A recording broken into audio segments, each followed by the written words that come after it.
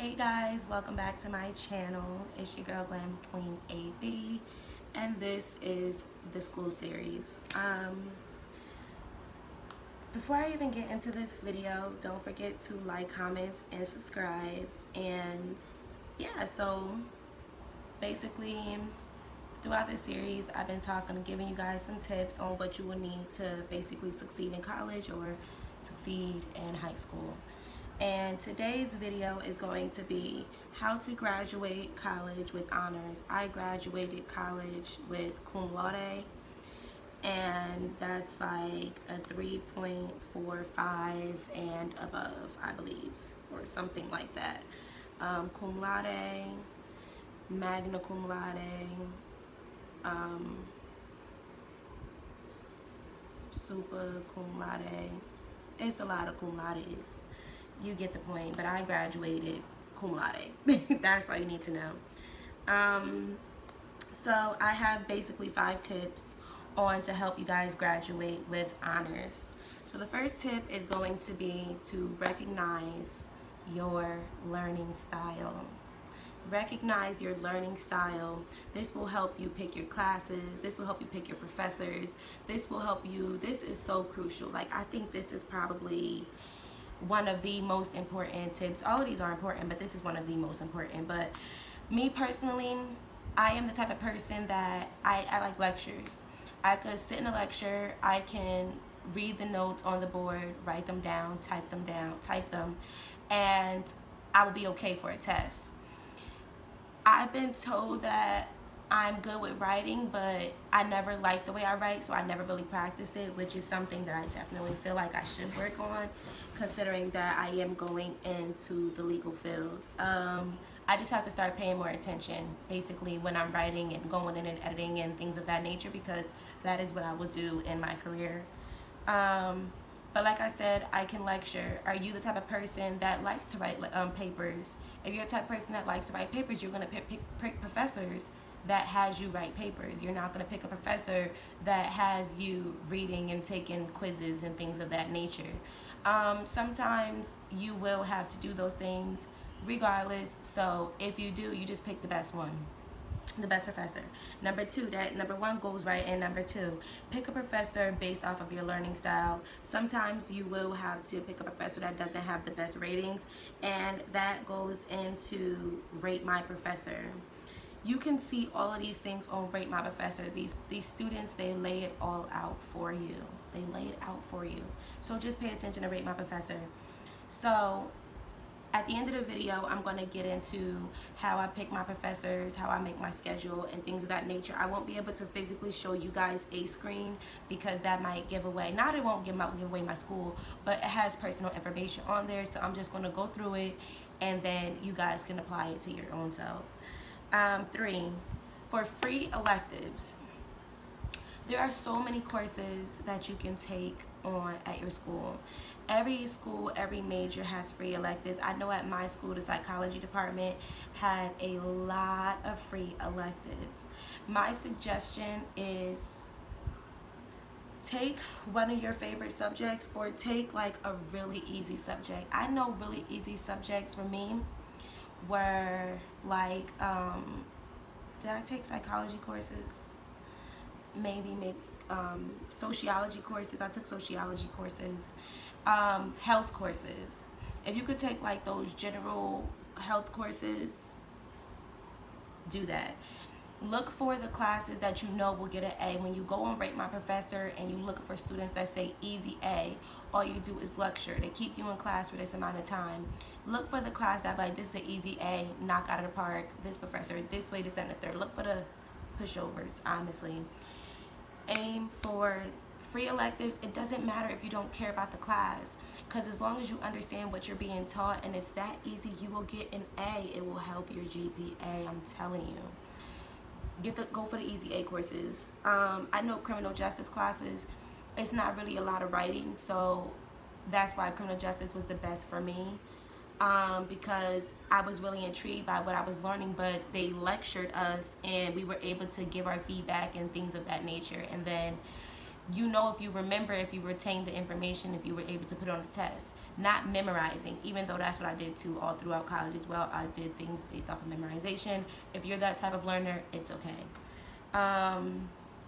4, try to take the same professor, especially if, like, say, like, I was a criminal justice major, and I had most of the professors that I had in my major were great. I love them for the most part. And there was this one professor that I had. He was awesome. He was amazing, to the point I took 6 classes. One semester I took 6 classes. 4 of the classes were his.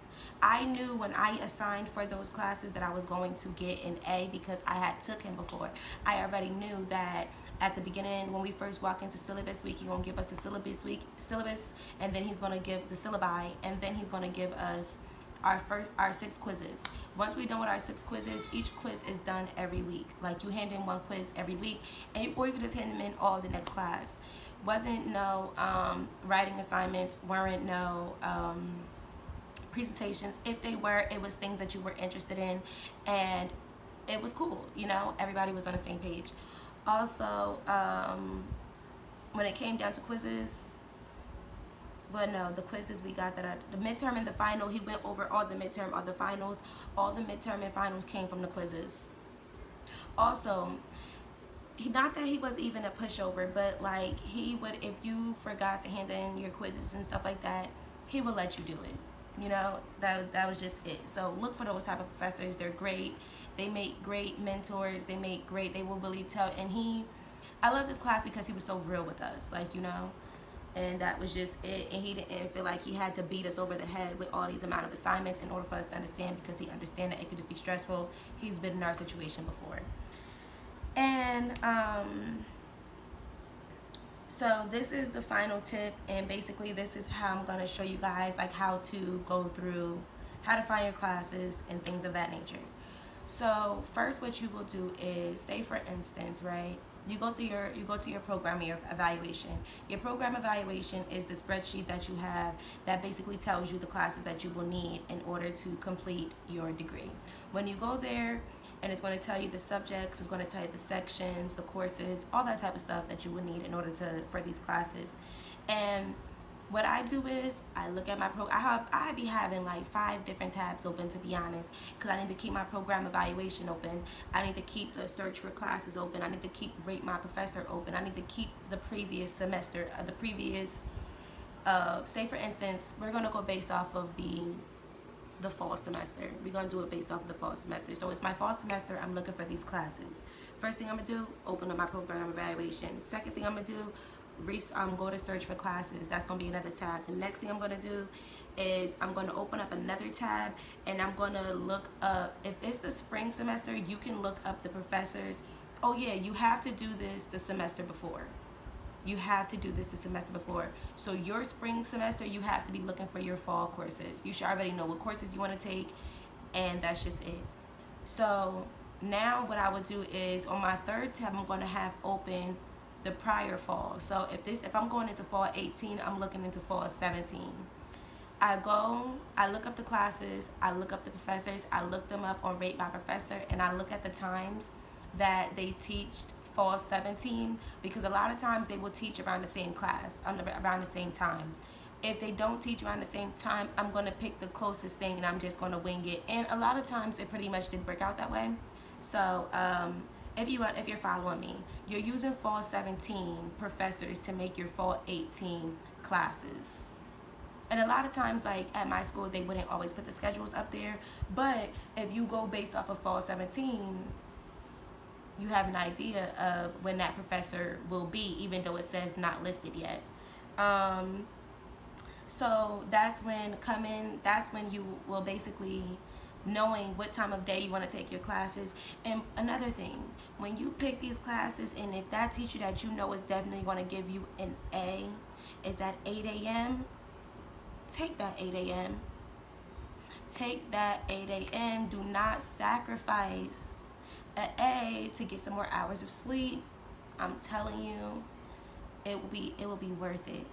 So have Rate My Professor. You have to use the previous year in order to schedule for the year that's coming up. That will basically give you an idea of what time the professors taught that class and what time they will be teaching that class. And that will basically just give you an idea. Rate My Professor, you look at those ratings and you just make your class that. I hope that wasn't like too confusing. If there is anybody that ever need help making their schedule, it does not matter what school you go to, I can figure it out. I can help you. So do feel free to comment down below if you need help. I can help you. I hope that made sense. I feel like it made sense, but if it didn't, I would just help you guys. It's okay. So I hope that these tips were useful, and just comment down below what you thought of this video. Give it a thumbs up, and I will see you guys in my next video.